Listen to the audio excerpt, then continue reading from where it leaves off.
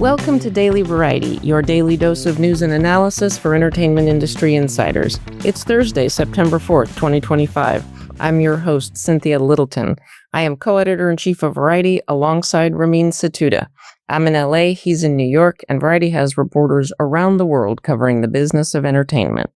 In today's episode, we'll talk to Eric Sandler, Chief Strategy Officer for Pushkin Industries, a purveyor of fine podcasts. And we'll hear from Jem Aswad, Variety's executive editor of music, on his recent sit-down with the inimitable David Byrne. But before we get to that, here are a few headlines just in this morning that you need to know. Plan B is making big moves after being acquired by France's Media One. The new owners of Brad Pitt's production banner have set up Plan B Europe. Baby Reindeer producer Ed McDonald will run it out of London. Parents, mark your calendars. Disney and BBC Studios have dated the Bluey feature film for release on August 6, 2027. And Roku has tapped Lisa Holm as head of content. She was most recently with Peter Chernon's North Road company. She's also worked in strategy and content licensing for Warner Brothers Discovery and Hulu. All of these stories and so much more can be found on Variety.com right now. Now we turn to conversations with Variety journalists and industry leaders about the business of entertainment. Today my guest is Eric Sandler, Chief Strategy Officer for Pushkin Industries. He's here to talk about the company's slate of new shows. They include revisiting The Big Short with author Michael Lewis and a new season of Revisionist History with Malcolm Gladwell. If you are a fan of great narrative podcasts, you know this sound.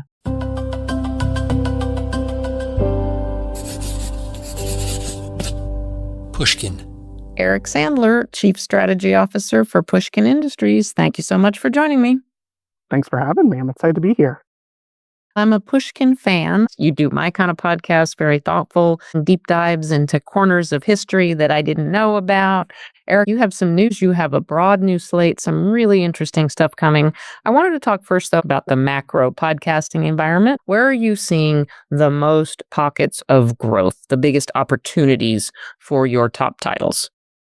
The industry has been around for quite a few years now, but in some ways it still feels really new. You still have people who have never listened to a podcast, even though that percentage is shrinking at this point. What we find is that quality matters, right? The more quality storytelling you put out, the more audience you will grow from there. But there's been some turmoil in the industry and some changes to the models of how things are consumed. We continue to see more and more people come to this medium because of the intimacy of it. Malcolm Gladwell, our co-founder, always liked to say that if you want to make someone think about something, then he'll write it in a book. If he wants to make someone feel something, he'll put it into audio. It's a different way to absorb, especially complicated information. In the hardcore business of Pushkin, you have ad-supported podcast, but you also do have a subscription platform as well? That's correct. So we're ad-supported across our podcast. We also have Pushkin Plus, which is a network-wide subscription. We offer ad-free content. We offer binge opportunities, early access, bonus content. Another pillar of what we do is audiobooks, though, which is unique for Pushkin. So many of our hosts and our creators are also authors. And so we see a really cohesive audience across podcasts and audiobooks. There's a really interesting pipeline that we're creating, which is a space that used to be held by magazines and newspapers. And this is something that Malcolm's thought a lot about. When he wrote The Tipping Point, his first book, it was first an article in The New Yorker. And there were so many of his peers that were growing up in this industry that was building them to be the next best-selling authors, the next TV scriptwriters, the next movie scriptwriters.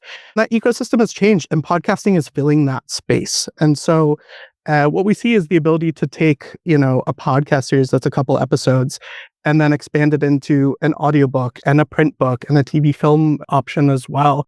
So an example of that would be Malcolm's Bomber Mafia series. It started as 4 episodes in Revisionist History a couple of years ago, got turned into an audiobook, and we did a little bit of a reversal of the pipeline and we sold the print rights, and that got optioned by A24 for TV film.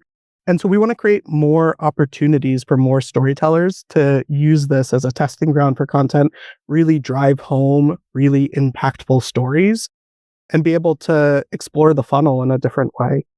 Part of the news that we're talking about today also is you have re-upped your Pushkin Industries relationship with iHeart Podcasts. You had a partnership for about 5 years.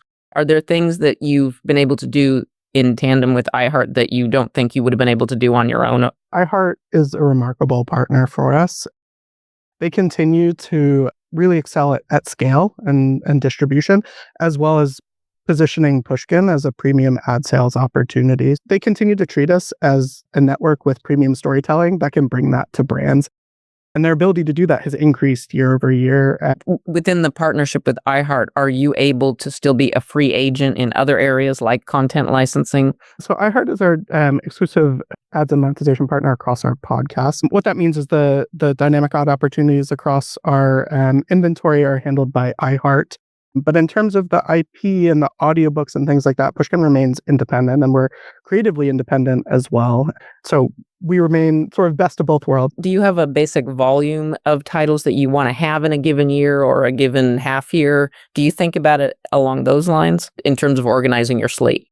No, not necessarily volume. We have quite a few ongoing shows that work on different cadences. So obviously we have always on shows.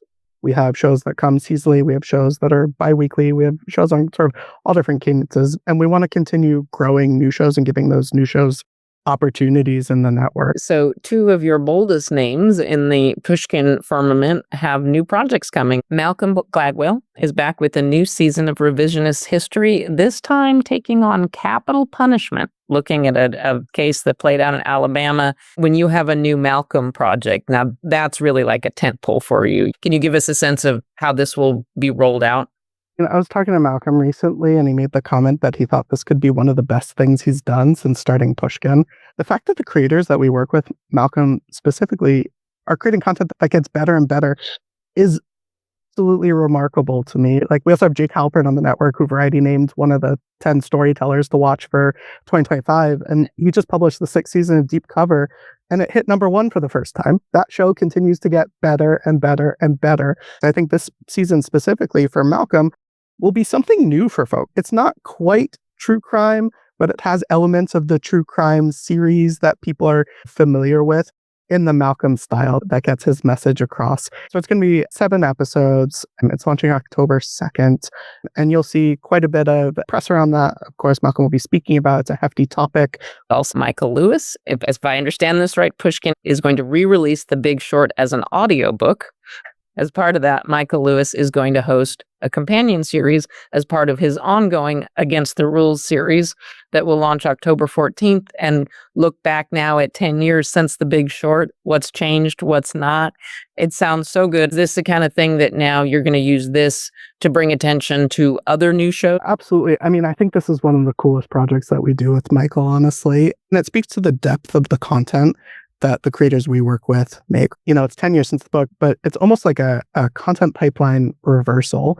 15 years ago, it was a best-selling book. 10 years ago, it was an Oscar-winning film. And next month, it's going to be companion podcast with an audiobook, which he never did back in the day when he wrote the book. It's still as relevant today as it was when he wrote it. And a title coming up called The Chinatown Sting, a 6-episode limited series that is premiering September 16th.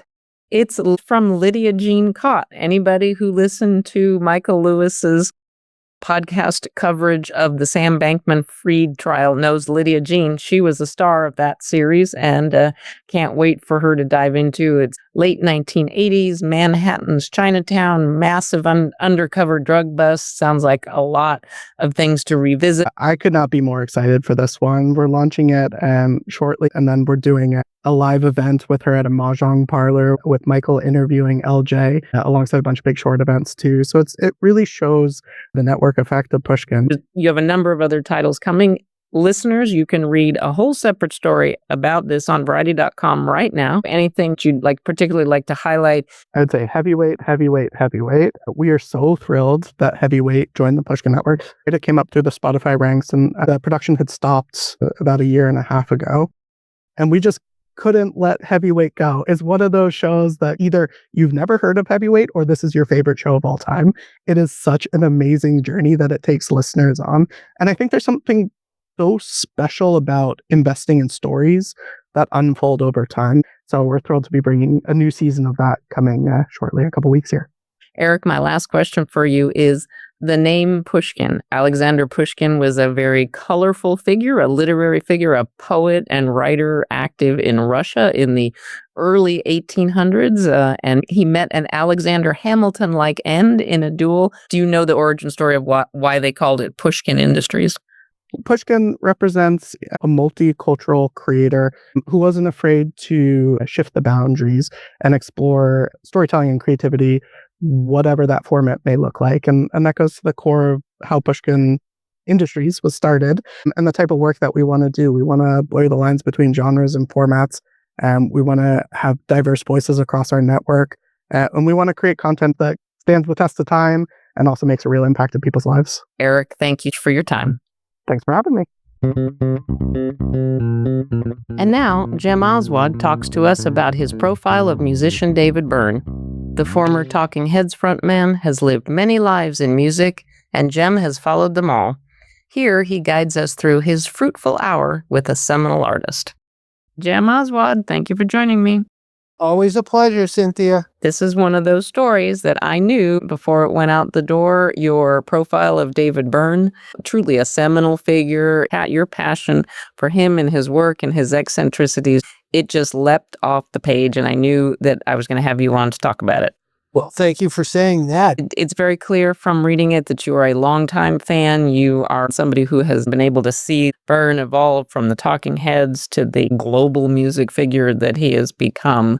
For your 14-year-old self, as you talk about in the stories, what was it about David Byrne? What was it about his music that spoke to you?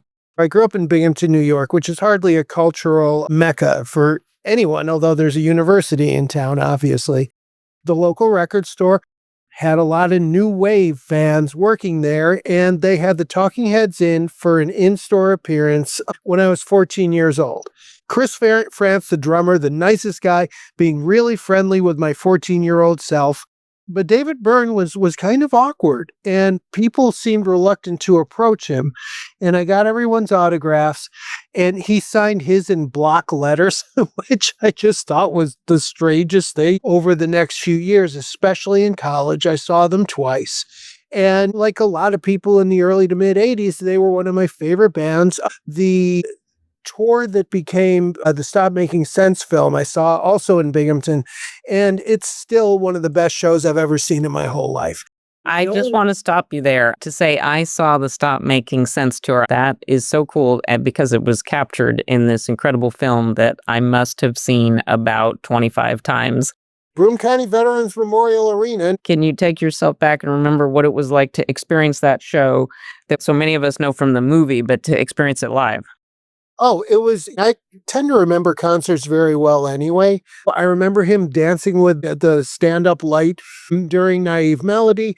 I remember especially the song that really stays with me from it is Once in a Lifetime.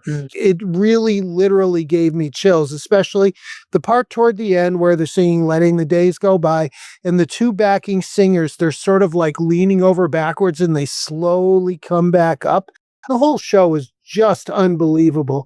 Did you get the big suit? The entire thing. I noticed that they switched a song from the first album from the show I saw to the version that's in the film. But other than that, the show was identical. So, Jem, you've tracked his career at various stages. This is your first sit down with him. Your story is fantastic for the detail of what it's like to be in David Byrne's space. What was that like for you? Well, so here's the funny thing. His office it's downtown New York, as you would expect. Of course, he rides his bike there. He rides his bike everywhere. It's a loft-like space. It's sort of one long room, and he's got a private office at the end. But walking in, there is this vast floor-to-ceiling wall of shelves that are just loaded with stuff. And it's sort of like looking at his brain because it's tons of vinyl and tons of CDs and tons of DVDs. There was a Grammy. There was an Oscar. I think there was a VMA Moon Man as well. There were a couple of other things in there, but most striking were anatomical models. There was a couple of the human brain, and he actually opened the American Utopia Broadway show holding up a brain and talking about how our brains work. How did you find him as an interview subject? Did you find him forthcoming? He was he was a pro, to put it that way. You could tell he knows the dance. He's been doing this for a long time.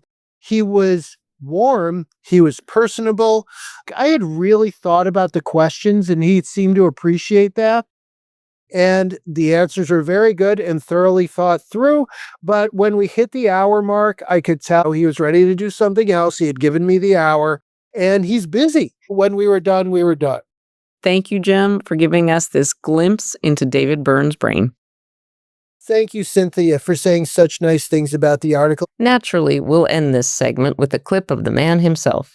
Here's David Byrne's most recent pop tune, Everybody Laughs. It's from his new album, Who Is This Guy?, to be released September 5th on Matador Records. 1, 2, 1, 2, 3, and...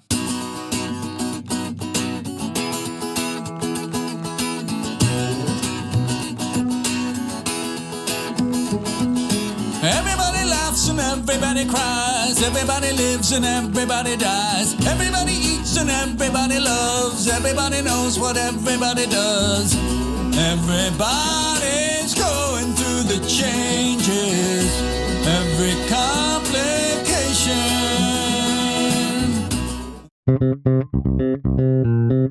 Now it's time for a vintage variety segment. As Emmy Week approaches, I figured it was a good time to look at the history of the variety slanguage word kudocast.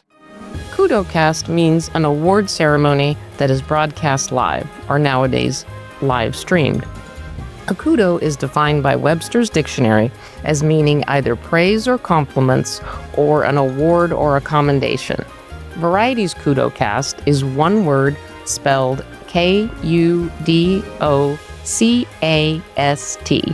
It surprised me that the first use of kudocast in Variety didn't come till February 17, 1991.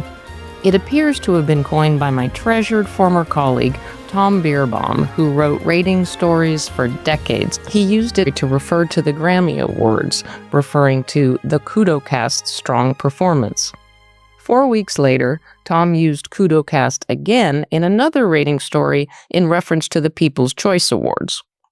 For context, Variety had regularly used the terms Oscarcast and Emmycast for more than 30 years prior to Tom's coinage of kudocast.